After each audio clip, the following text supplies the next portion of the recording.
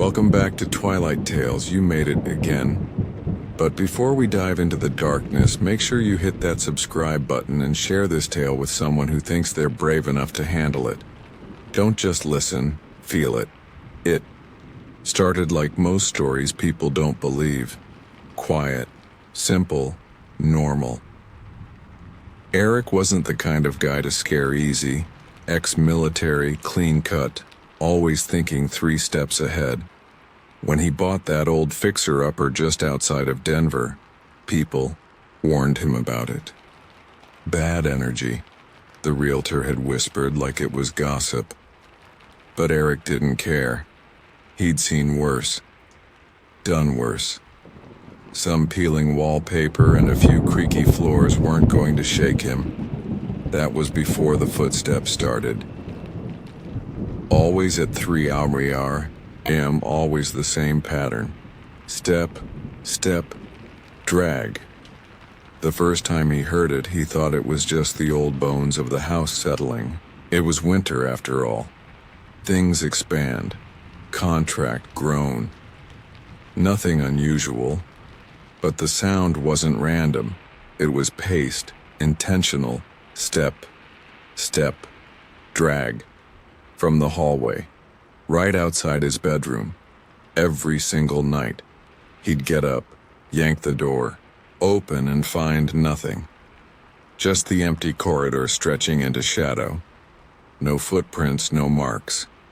Just that unsettling silence after something dares to move in the dark. He tried chalking it up to imagination. Maybe the war had left its scars. Maybe stress was playing tricks. But on the 5th night, he tried something different. He waited. Lights off. Back against the wall. Knife under his pillow. 2:58 a.m.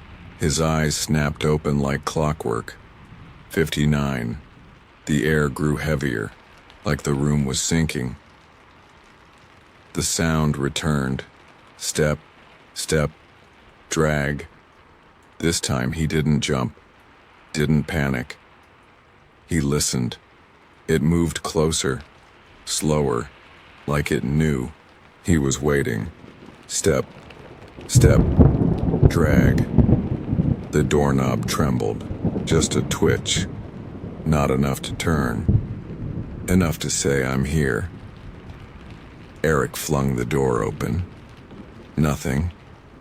But the hallway was cold, freezing, and something new. A smell. Rancid, like rotting meat soaked in mildew and mold. He stepped out into the hall barefoot.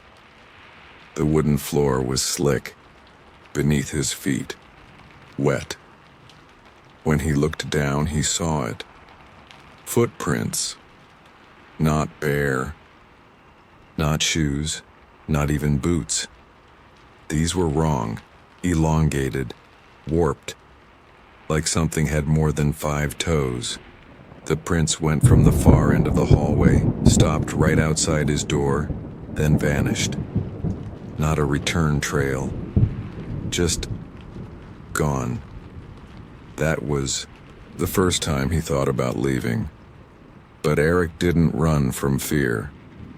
He confronted it, so he installed cameras, inside, outside, in every hallway, motion sensors, thermal tracking, everything. The next night, he sat in his living room watching the monitors. AM. Right on time. Camera 1, static. Camera 2, static. Camera 3, the hallway. Movement. But not a person. Not really. It was like a smear. A shape made of shadow and blur walking unevenly. Step, step, drag. The sensors didn't pick up heat. The cameras couldn't define it. But it was there. It was there. Then something horrifying happened. The shape turned and looked directly, at the camera. Eric swore his lungs stopped working. The image warped. Face stretched like melting wax, eyes too wide, mouth open far too long. But it wasn't just the face. It was the feeling, like the thing was staring through the screen. Into him, the power cut out. Darkness swallowed the house. Eric didn't sleep. The next morning, the footage was gone. Every single file, corrupted, deleted. His laptop was fried. Hard drives, cooked, like they'd been microwaved. But the cameras were untouched. Like nothing had ever happened. He reached out to the realtor. She didn't answer. So he drove to the office only to find the place gutted. Sign gone. Windows shattered. When he asked around, the neighbors told him the woman vanished 2 weeks ago. Left a note that just said, "Don't listen. Don't open. Don't look." Now Eric was starting to believe, not in ghosts, something worse, because something was changing in him. He started waking up with bruises, deep ones, around his ankles, like something had grabbed him, pulled him. And there were scratches along the floor, fresh gouges from his bedroom to the hallway. One night he nailed the door shut, but at 3 a.m., the nails shot out like bullets. The door swung open with a groan that sounded satisfied. That night, it whispered to him, not words, just noise. Wet, sloppy, breathing. Right at the edge of his bed. He didn't move. He couldn't. A weight pressed down on his chest. He saw nothing, but his ribs felt like they were going to snap. It leaned in, close enough that he smelled the decay. Close enough to feel the cold seep into his bones. It said one thing, "You let me in," and then it was gone. That morning his reflection was off. His eyes didn't blink when he did. His smile was a second too late. He started hearing the footsteps during the day, sometimes behind him, sometimes in front.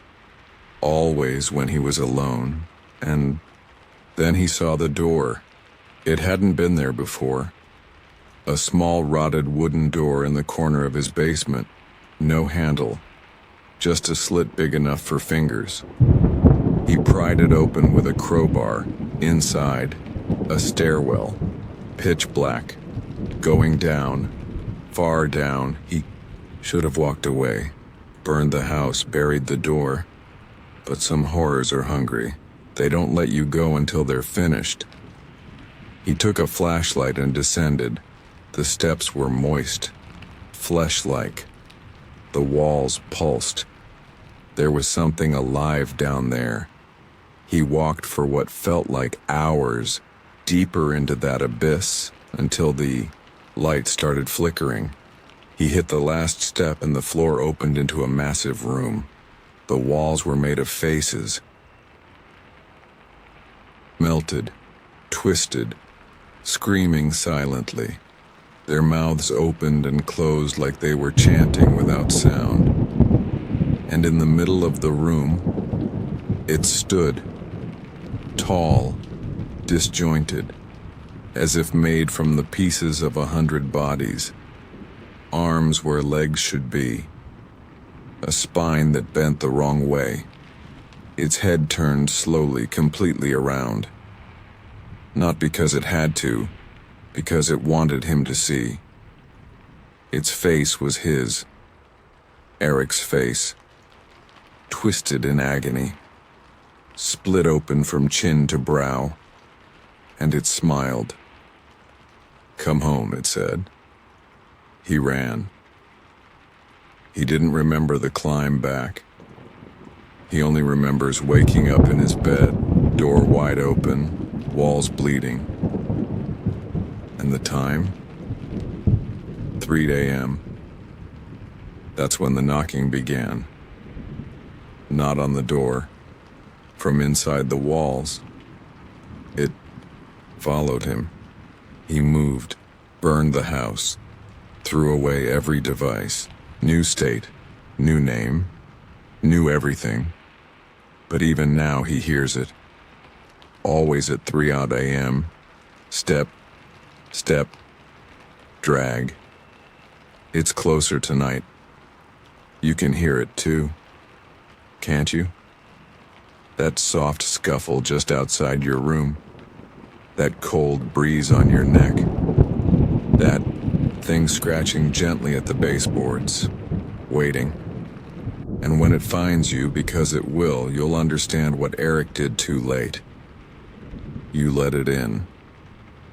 If you're still breathing, congrats, you made it to the end.